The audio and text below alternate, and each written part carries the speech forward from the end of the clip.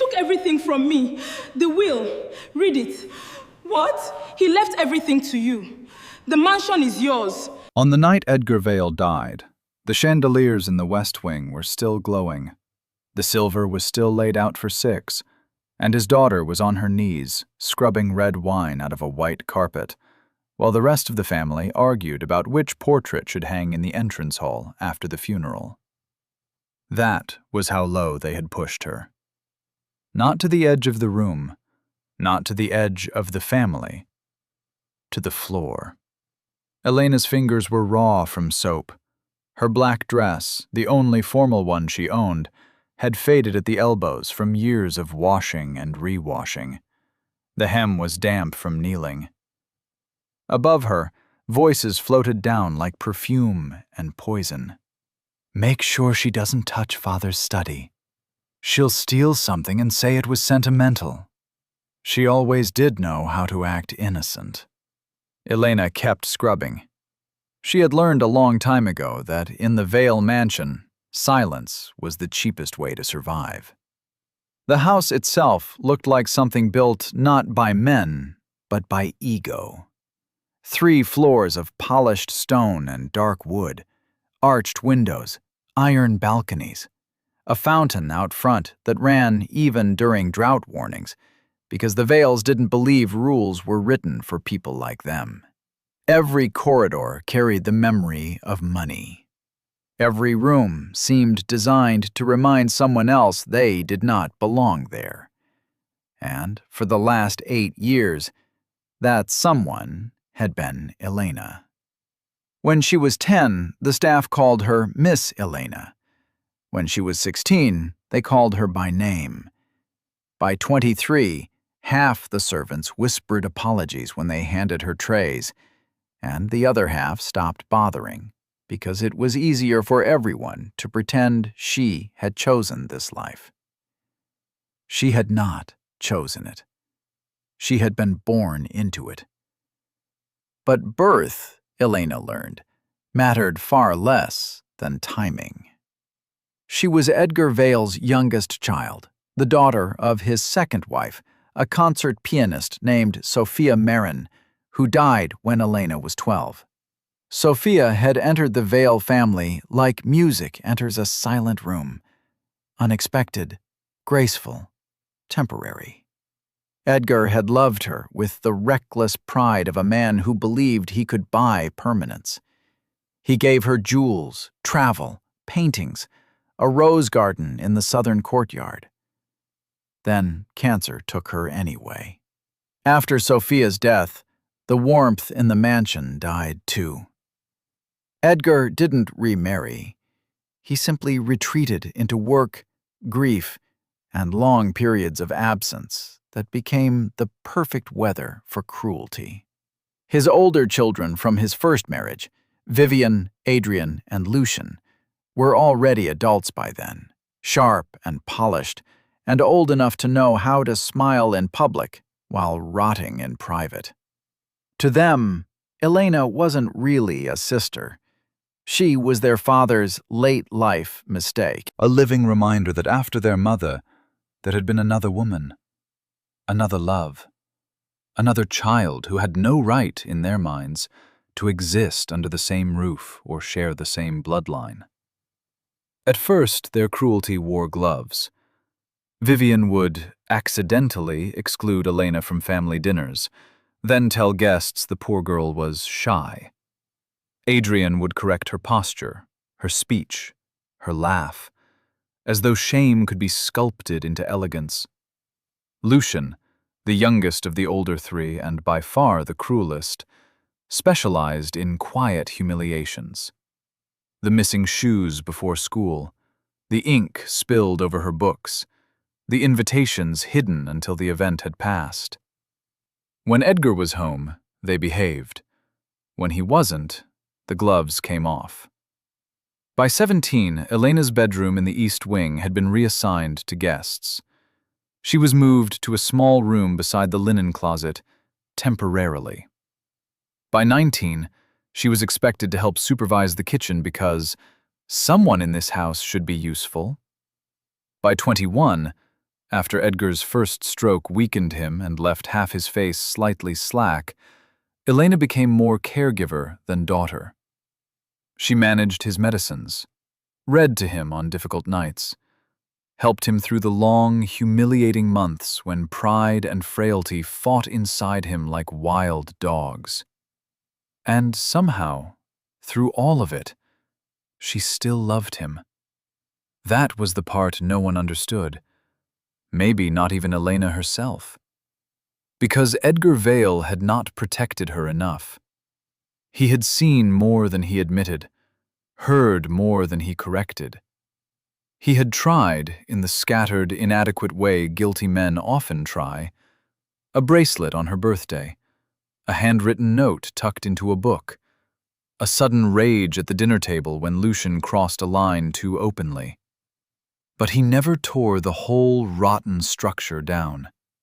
He never stood in the center of that great dining room and said, "This is my daughter, and anyone who humiliates her leaves." He left too much unsaid. And then he died. Just like that, with rain against the windows and the smell of morphine in the room. Elena had been the one holding the glass to his lips when he winced and turned his head away. The one who adjusted his blanket when the fever chilled him. The one who heard the unfinished apology caught in his chest, saw it in his eyes, and leaned in so close she could feel the last warmth of his breath.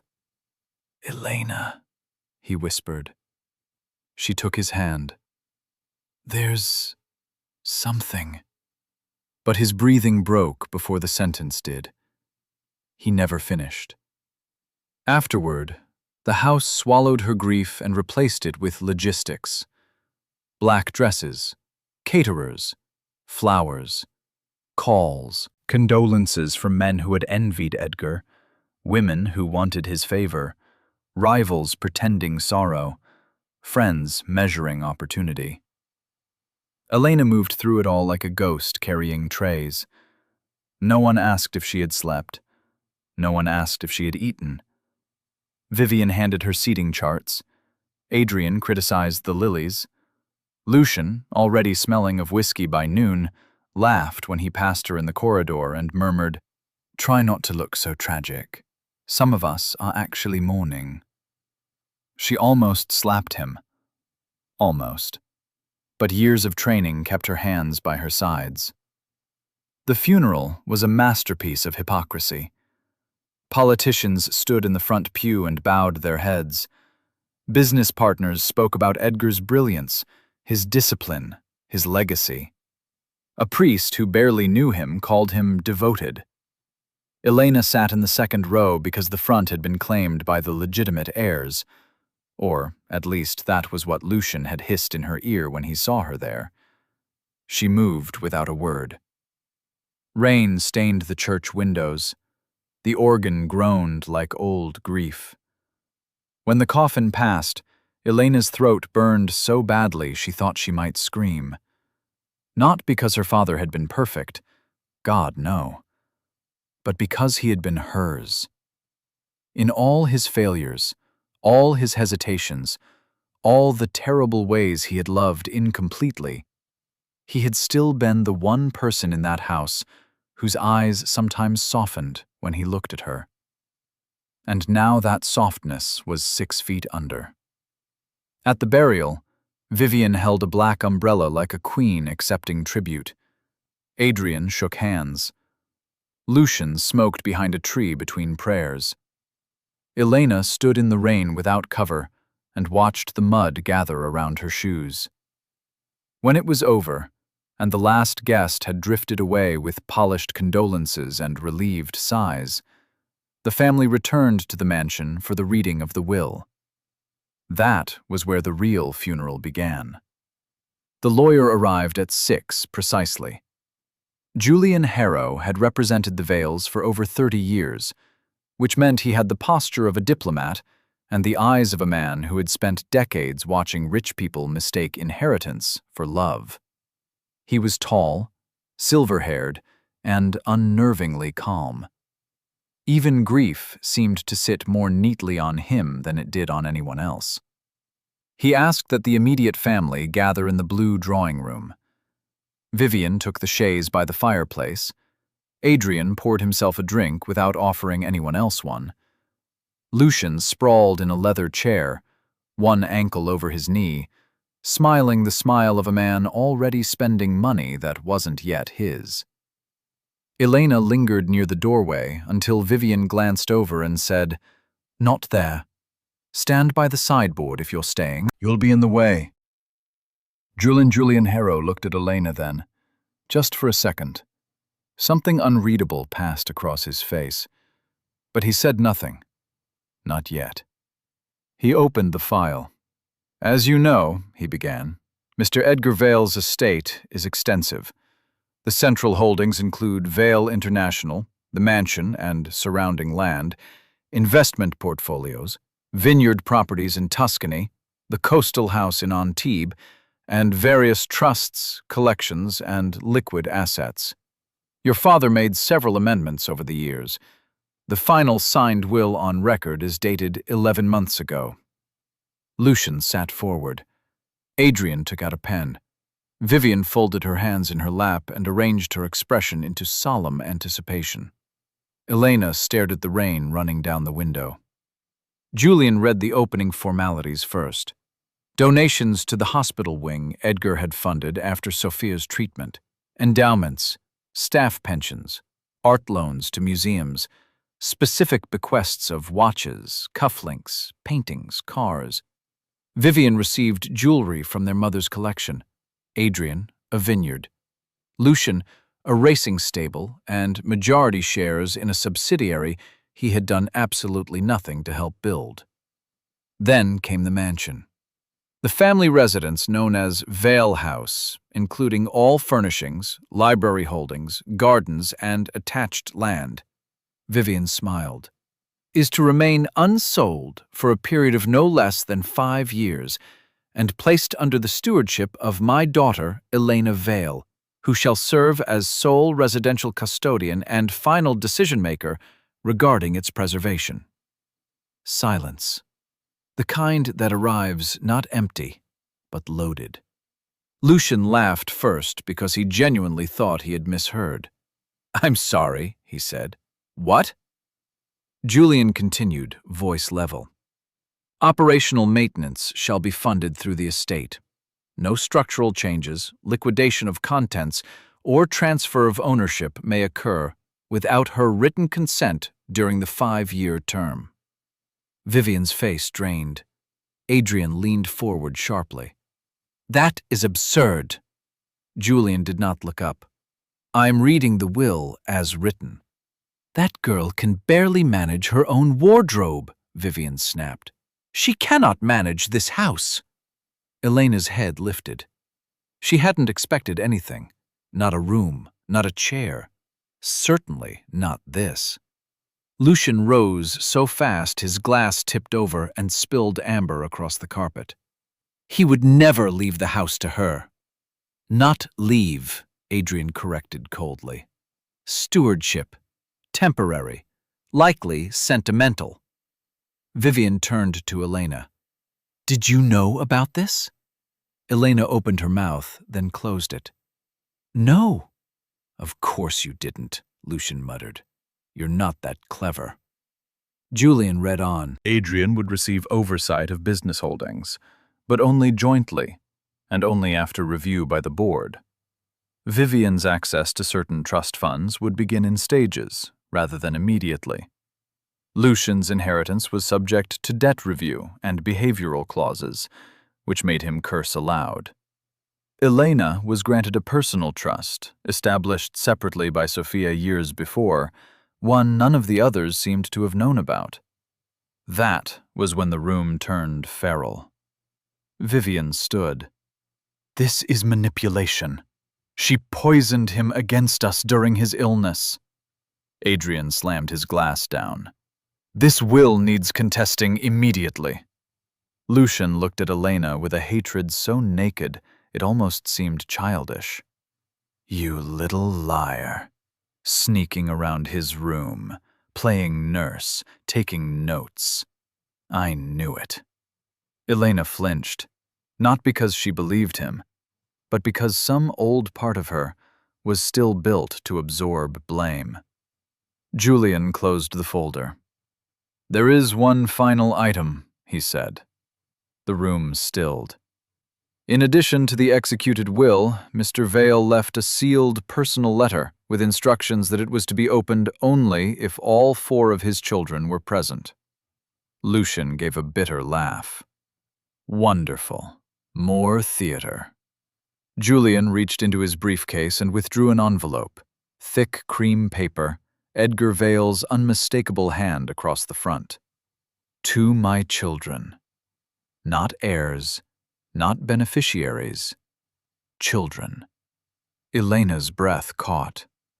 She had seen that handwriting on birthday cards, on notes tucked beneath teacups, on the edges of books he wanted her to read. Strong strokes, slightly slanted. The handwriting of a man always moving too fast, except when he wrote to someone he loved. Julian held the envelope for a moment longer than necessary, as though weighing not the paper, but the damage inside it. Then he broke the seal. "I'm instructed to read this exactly as written." His voice changed, not softer, but more human. "If you are hearing this, then I have died before doing what I should have done while I was still alive, which is to speak plainly in my own house." No one moved. Outside, thunder rolled low across the grounds. "I know what each of you became under my roof. I know more than you think I knew. That is my shame before it is yours. Vivian, you learned from your mother how to preserve appearances at any cost, and from me how often money protects cowardice. You were harsh to Elena not because she harmed you, but because you could not forgive me for loving someone after your mother. I saw it. I excused it. I was wrong. Adrian, you worship power and call it order. You have mistaken control for worth so long that you do not know how to love what cannot be managed. I watched you reduce your sister to a problem to be contained. I let you. That failure belongs to me first. Lucian, God help you, my son. You were born tender. I know that may amuse you now, but cruelty is often only wounded vanity with a sharper wardrobe. You saw Elena was vulnerable and made sport of it. You humiliated her because you feared becoming the least favored child. In time, you became something worse, the child least worthy of favor. Lucian's jaw tightened. For once, he had no smile. Julian continued. And Elena, if you are standing somewhere at the edge of that room, as I suspect you are, listening more than speaking, then hear me now. I knew. Not everything, never enough, but enough. Enough to have stopped it, and I did not. I asked for your gentleness and fed you to wolves. I told myself I was keeping peace when I was really avoiding war. A father can fail by violence. He can also fail by hesitation. My sin was hesitation. Elena's knees weakened. The room blurred. She had spent years imagining this, some acknowledgement, some truth spoken aloud, some crack in the lie that had swallowed her life. But imagination had never prepared her for the sound of it. Her father's guilt, preserved in ink. His cowardice named. Her pain witnessed at last. Julian read on. The house is not given into Elena's stewardship as compensation. No house can repay a stolen childhood. It is given because she is the only one among you who ever understood that a home is not stone, or paintings, or silver, or bloodlines. It is what a person protects when no one is watching. Vivienne sank slowly back into her seat. Elena sat beside my bed when pride made me unkind. She carried my medicines when my own sons found frailty embarrassing. She read to me when I could not bear my own thoughts. She is the only one who ever entered my room without wanting something from my hand. So I leave the house to her care, because it was never truly yours. None of you loved it. You only loved what it said about you." Adrian's face was set like marble now, but the muscle in his cheek twitched. "There is more," Julian said quietly. Of course there was. Edgar had never done anything halfway when he finally decided to do it at all. "If Elena chooses," Julian read, "she may invoke the final condition of this letter. In that event, the continued inheritance of each of my older children shall depend upon their formal relinquishment of any residential claim over Vale House and their public acknowledgement, in writing, that Elena Vale is and has always been my daughter in equal dignity under law and in blood. Refusal by any one of them will trigger redistribution of a significant portion of that heir's personal inheritance into charitable trust." For the first time that night, fear entered the room. Real fear. Money fear. Lucian found his voice first. "This is blackmail from beyond the grave." "No," Julian said. "It is a condition." Vivian stood again, trembling now, not with grief, but fury. "He would not humiliate us like this." Julian met her eyes. "Your father was explicit." Adrian turned toward Elena, and for the first time in years, there was no dismissal in his face. There was calculation. "You wouldn't do that." Wouldn't. The word hung there like a collar they expected her to wear forever. Elena looked at him, at Vivian, who had once locked her out on a winter balcony because she dared wear their mother's shade of blue, at Lucian, who had laughed while guests asked if she was staff, and she, age 18, said nothing, because saying the truth had only ever made things worse. At the room itself, which had watched every cruelty and kept its silence in polished wood and velvet drapes. Wouldn't. Something old and exhausted inside her finally stood up. Julian lowered the letter. "Miss Vale, the condition is yours to invoke or decline." Nobody breathed. Elena's hands were shaking, but her voice, when it came, did not. "I want to hear the rest." Julian nodded and read the final paragraph. "To the child I wronged most by requiring goodness where I should have offered protection. If mercy costs you your dignity, it is not mercy. If forgiveness asks you to disappear again, it is not love. Choose nothing out of guilt. I have left you enough of that already. And to all of you, if by some grace this letter opens your eyes before life does worse, then know this house has held too much coldness. Let it hold truth for once." Julian folded the letter. No one spoke. The grandfather clock in the hallway ticked so loudly it felt deliberate. Then Lucian let out a short, disbelieving breath. "You can't be serious." Elena looked at him. "I am." Vivian stepped toward her. "Elena, think carefully. Public acknowledgement? Written statements? Do you know what that would look like?" "Yes," Elena said. "Honest." "That's vindictive." "No," said Elena, and something in her voice made even Julian go still. "Vindictive would be making you live exactly as I lived." Lucian swore under his breath. Adrian tried another approach. "Be reasonable. We're all emotional. Father was ill. He was not himself." Elena turned to him slowly. "No, I think for the first time, he was." It was not the loudest line ever spoken in that room, but it landed the hardest. The meeting ended without resolution. Vivian stormed out first, already calling someone. Adrian remained behind to demand copies and timelines. Lucian kicked over a small table on his way to the door and said he'd burn the whole place before he signed anything. Julian quietly informed him that arson would further complicate his inheritance. That shut him up for nearly 4 seconds, which for Lucian was remarkable. Elena stayed in the drawing room after they were gone. The fire had burned low. Rain tapped at the windows. One of the candles guttered and died. Julian approached her gently. "Are you all right?" She almost laughed.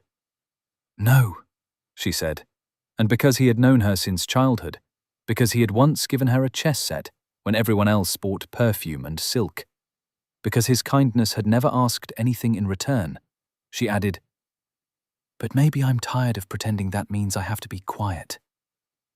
He nodded.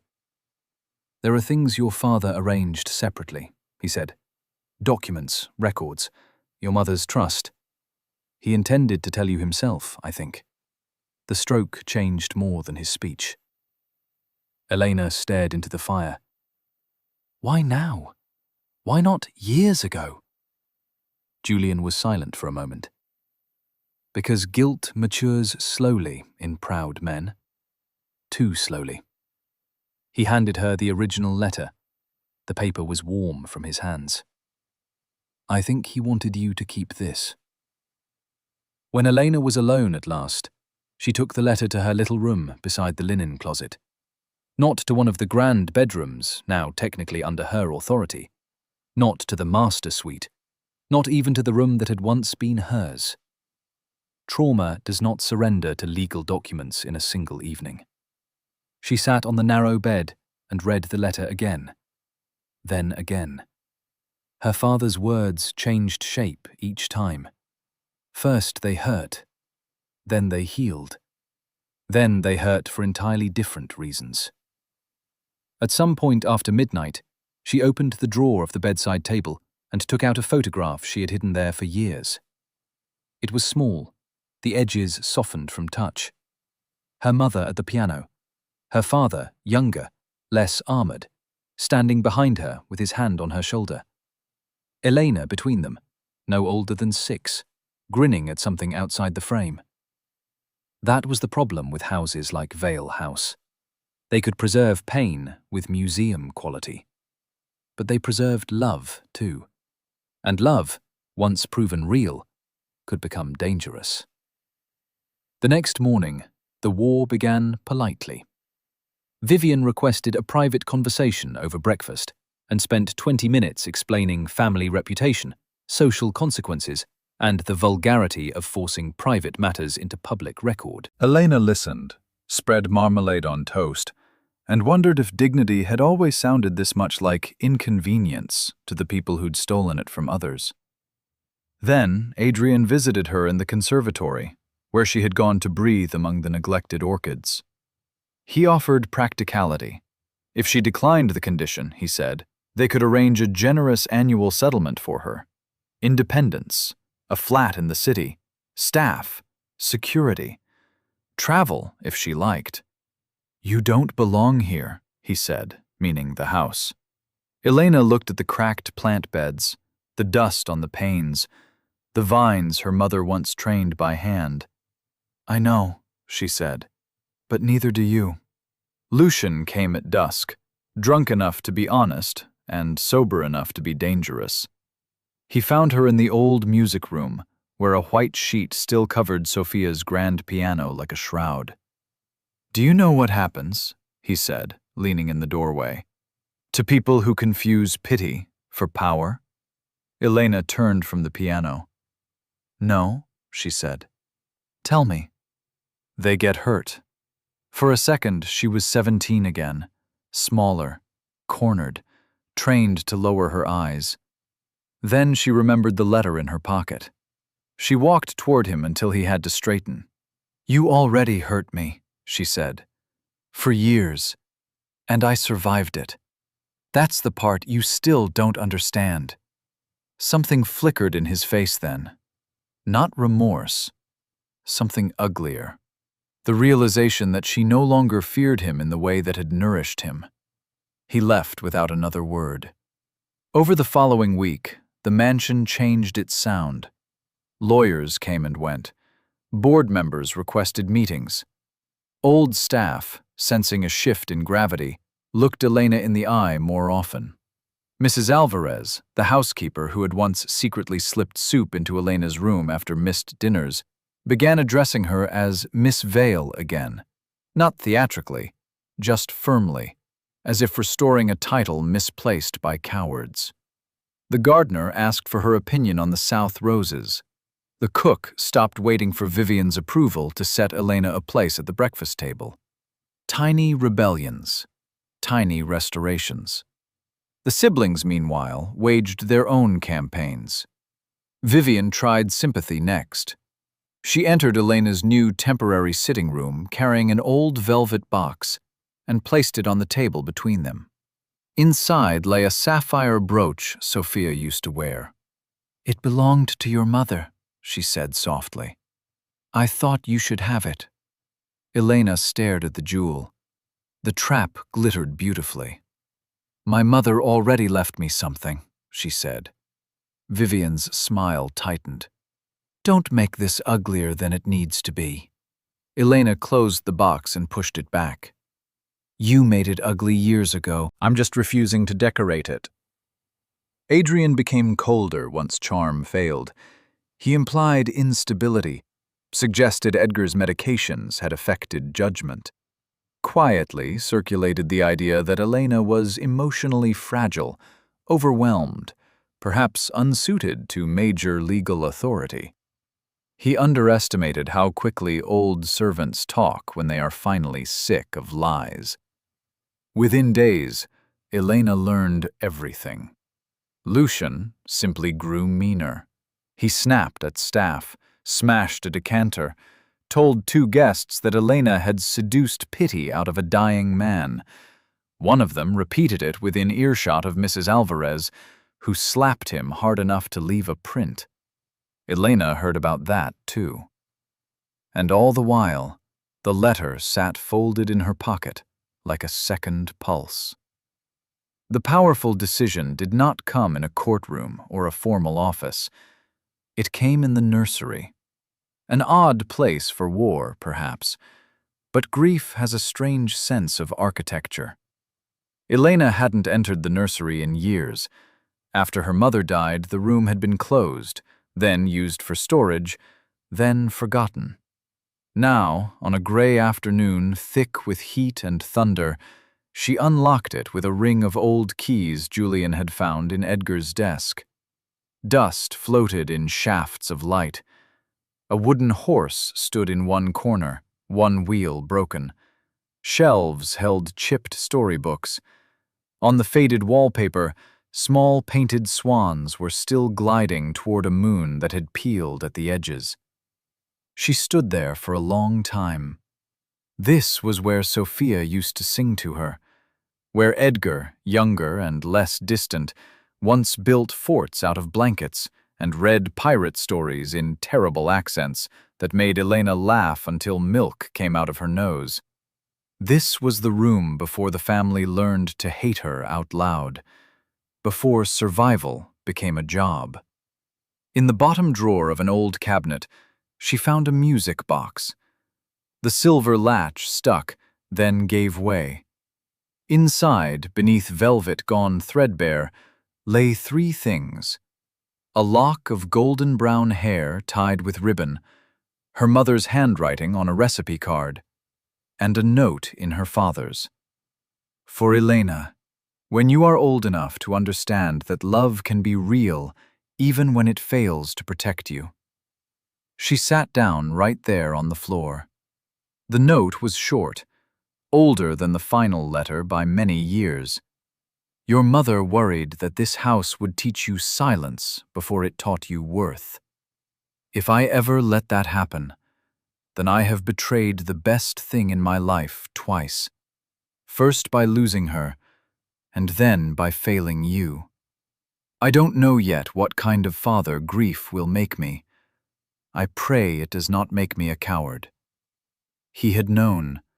Even then, he had known what danger lived not outside the gates, but in the drawing rooms and corridors, wearing the family name like a medal, and still he had become exactly what he feared.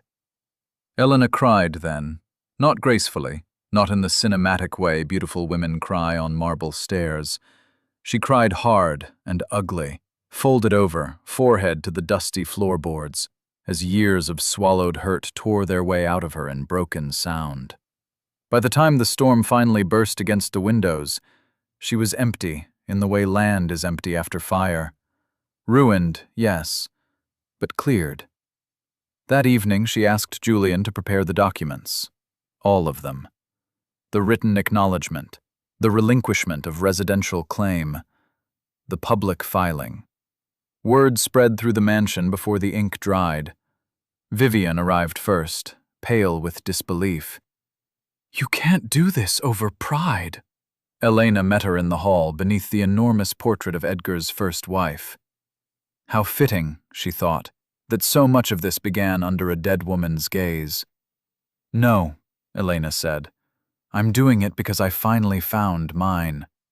Adrian came next, furious in a cleaner, colder way. "This will damage the company." Then perhaps the company should survive one truthful sentence. "You don't understand the consequences." Elena stepped closer. "You mean for you." And then Lucian. He came late, carrying storm weather with him, eyes red-rimmed, tie loose, rage leaking out of him like heat from broken glass. "You think this makes you powerful," he said. "You think one letter changes who you are." Elena looked at him for a long moment. "No," she said quietly. "It changes who you can pretend I am." That was when he broke. Not into confession, not into grief. Men like Lucian rarely split where others can heal them. He grabbed the edge of a side table and hurled it against the wall so hard a vase shattered. Staff froze. One maid gasped. Vivian stepped back. Adrian swore. Lucian pointed at Elena with a shaking hand. "You stole him. Even dying, you stole him." There it was, at last. Not the whole truth, but the rotten root of it. He had never hated her because she was weak. He hated her because their father had loved her in a way that could not be bought, inherited, or negotiated. Elena's voice lowered. "No, Lucian. You lost him all by yourself." The silence after that felt like judgment. 2 days later, in Julian Harrow's office, the 3 older siblings signed. Not nobly. Vivian signed with tears of outrage in her eyes. Adrian signed as if each stroke of the pen cut into profit margins. Lucian signed last, slamming the pen down so hard it cracked. The acknowledgement was simple, almost insultingly so. "We, the undersigned, acknowledge that Elena Vale is and has always been the lawful and equal daughter of Edgar Vale, entitled to full dignity within the family and under the estate." Dignity. Such a small word, such an expensive one. The filings went through. The public record was established. Society murmured. Business columns speculated. Friends called. Enemies pretended concern. But the sky did not fall. The company did not collapse. The world, as it often does when people in power swear truth will destroy everything, kept turning. Only now, it turned with Elena standing up. Months passed. Then something even stranger happened. Peace did not arrive. Not exactly. But air did. Vivian moved permanently to the city and limited her visits to holidays, where she was forced by legal reality to address Elena with civility sharp enough to cut glass. Adrian immersed himself in business and spoke to her only when necessary, though once, just once, he paused during a board dinner and said very quietly, "The East greenhouse looks better." In Vale language, that was nearly an apology. Lucian disappeared for a while. Monaco, then Milan, then God knew where else. Debt, rumors, women, gambling, headlines.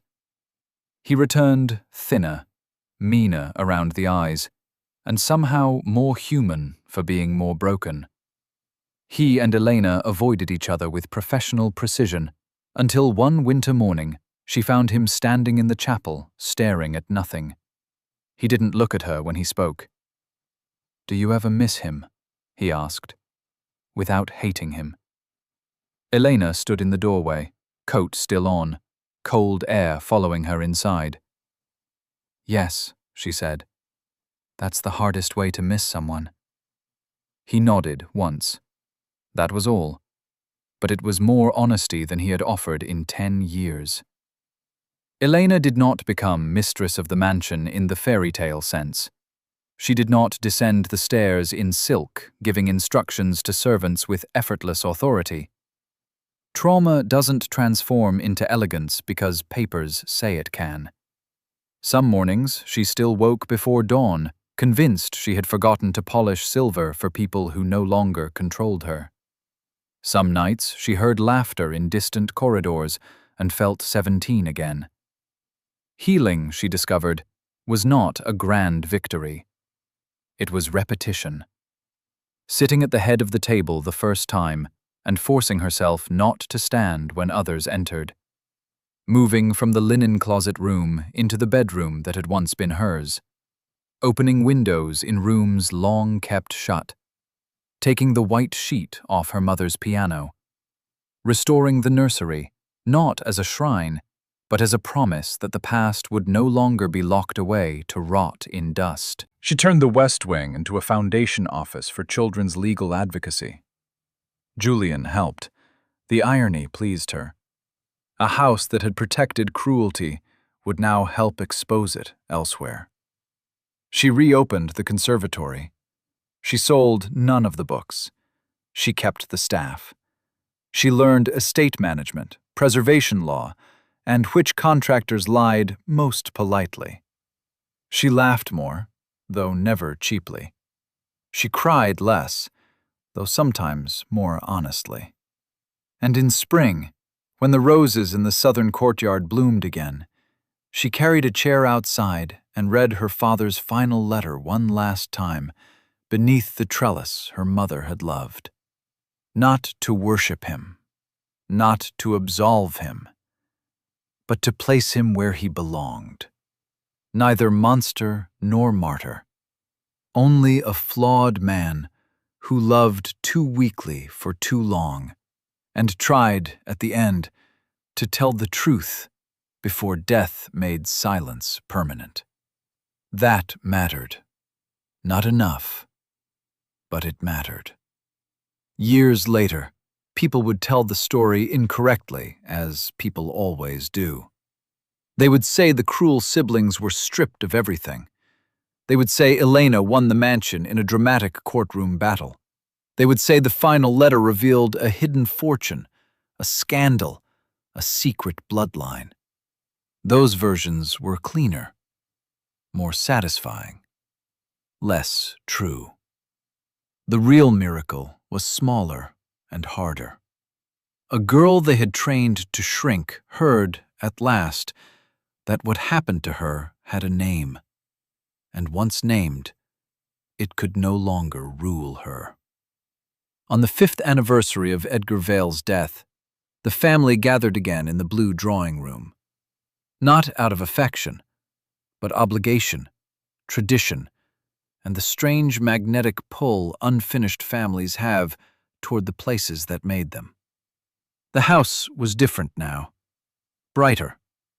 Not because the chandeliers shone harder, but because the fear had gone out of the walls. There were fewer portraits, more fresh flowers, softer curtains.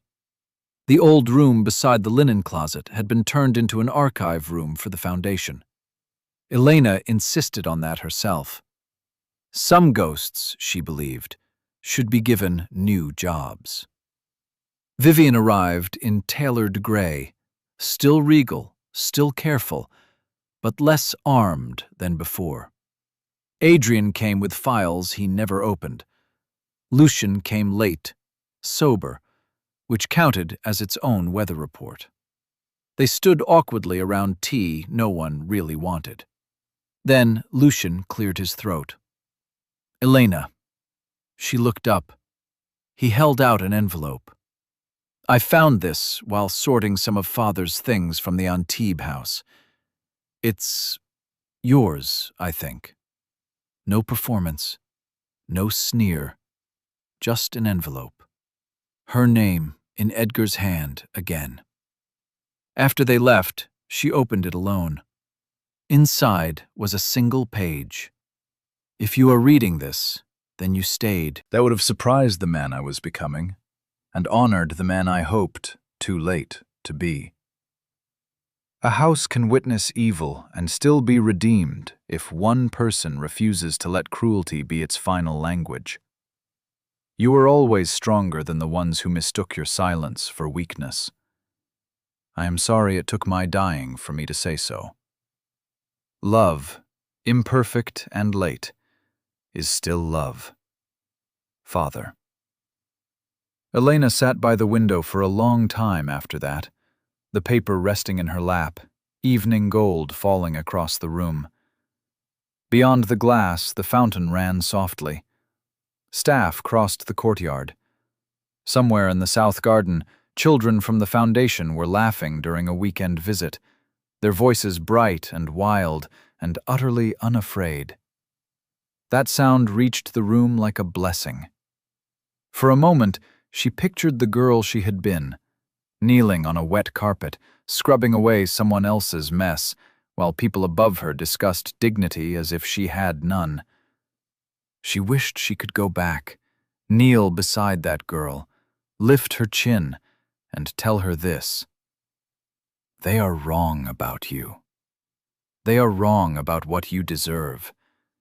And one day, the truth will walk into this house in a plain suit, carrying a sealed letter, and everyone who taught you to bow will have to watch you rise. Elena folded the page and placed it beside the other letter in the drawer of her desk. Not hidden, kept. There was a difference now. Then she stood, crossed the room, and went downstairs. Not as a servant, not as a tolerated inconvenience, not as a shadow at the edge of her own life, but as the woman who had survived the mansion, inherited its silence, and turned it into a voice. And if you had been standing in that hallway when she passed, you would have understood something most people learn too late. Sometimes justice doesn't arrive with sirens or handcuffs or applause. Sometimes it arrives in a trembling hand, a written truth, and the moment a broken heart finally decides that being kind no longer requires being small. If you were in her place, what would you have done?